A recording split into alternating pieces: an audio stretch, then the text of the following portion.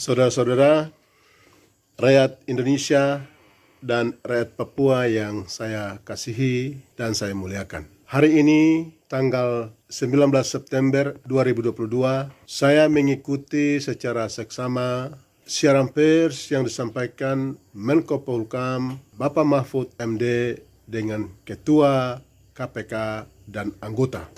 Saya mau sampaikan yang pertama bahwa Papua aman. Papua tidak kacau. Papua ini adalah tanah leluhur kami, mama kami, masa depan kami, rumah kami, dan tanah yang diberikan Tuhan Allah kepada nenek moyang dan leluhur kami. Dan tanah ini juga leluhur dan nenek moyang kami juga mewariskan, menitipkan kepada kami dan anak cucu kami ke depan. Sehingga kami akan jaga tanah rumah kami dari kekacauan. Kalau kacau, kalau rusuh di tanah Papua, kemana kami pergi? Karena kami tidak punya tanah alternatif lain. Kalau saudara-saudara kami Indonesia yang datang ke sini untuk memperbaiki taraf kehidupan ekonomi mereka yang sudah sekian tahun di sini, ya setelah ada kekacauan, mereka akan pergi lari menyelamatkan diri. Karena mereka ada punya tanah leluhur mereka di luar Papua, di Jawa, di Sumatera, di Kalimantan, di Sulawesi, di Maluku atau di mana-mana, di Bali. Tapi kami tidak. Jadi saya mau sampaikan kepada Bapak Joko Widodo, Presiden Republik Indonesia, dan juga Menko Polhukam, Bapak Profesor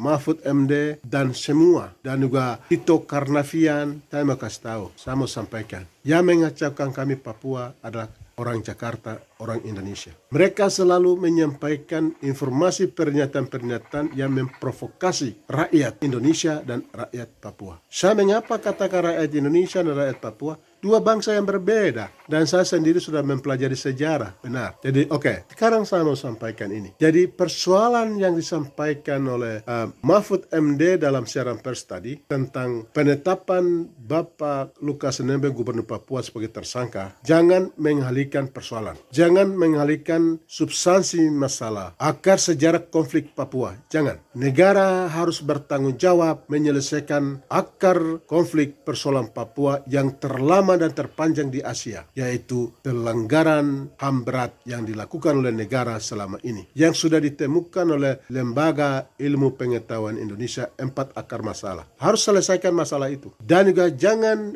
mengalihkan persoalan yang mutilasi penduduk orang asli Papua 4 orang di Mimika 22 Agustus 2022. Jangan. Dan juga penyiksaan 3 orang di Mapi dan yang 1 meninggal. Dan yang meninggal itu dibayar dengan uang. Dan uang itu taruh di atas peti maya. Ini pengkhianatan yang luar biasa, kekejian yang luar biasa. Bagaimana martabat dan harga diri kami diukur dengan nilai uang. Saya mau sampaikan di sini, bahwa jangan membelokkan akar persoalan Papua dengan isu-isu kriminalisasi korupsi para pemimpin. Para pemimpin yang sudah dilumpuhkan dengan informasi korupsi atau bahasa korupsi, kriminalisasi, yaitu John Ibo ada dalam penjara. Lalu Bapak Barnabas Swebu sudah keluar dari penjara. Barnabas Swebu pernah menyatakan, saya menyesal menjadi bagian dari NKRI. Lalu sekarang yang terbaru Altinus Omaleng, dan dibawa ke Jakarta ada tahanan KPK. Riki Hampagawak dituduh korupsi, dan sekarang Lukas NMB yang kriminalisasi dengan korupsi. Negara jangan membelokkan akar persoalan Papua. Saya bukan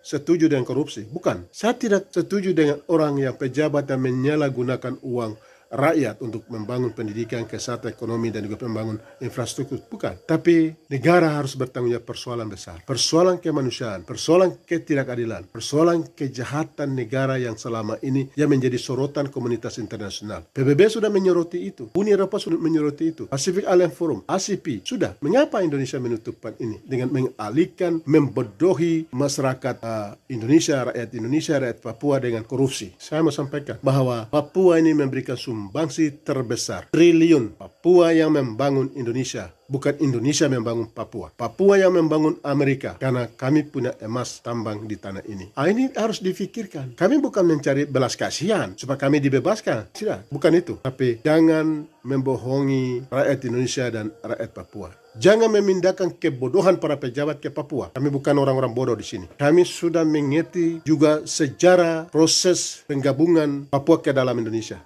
Ini masalah juga, ini persoalan juga. Saya sudah mempelajari proses politik penggabungan Papua di dalam Indonesia selama 23 tahun sejak 1999. Sehingga jangan lagi bermain-main dengan kami. Kami sudah belajar, kami sudah sekolah, kami sudah tahu. Jangan mempertahankan Papua dengan moncong senjata. Jangan mempertahankan Papua dengan kriminalisasi para pejabat. Jangan mempertahankan Papua dengan mutilasi rakyat. Jangan mempertahankan Papua dalam Indonesia dengan kriminalisasi rakyat. Itu tidak manusiawi. Itu tidak beradab. Itu tidak mencerminkan nilai-nilai Pancasila yang dimiliki sebagai falsafah Indonesia. Jadi saya juga heran tadi, ini kok domainnya KPK. KPK katanya punya kuasa, undang-undang melindungi dia, tapi buat pernyataan siaran pers di kantor Menko Polhukam. Apakah tugasnya sudah beralih? Tugas KPK sudah beralih kepada Mahfud MD, sudah ganti posisi. KPK itu lembaga independen yang kami tahu, tapi seakan-akan tidak punya, sudah ompong, tidak ada gigi, cari dukungan di sana sini. Lalu tadi ketua KPK bilang,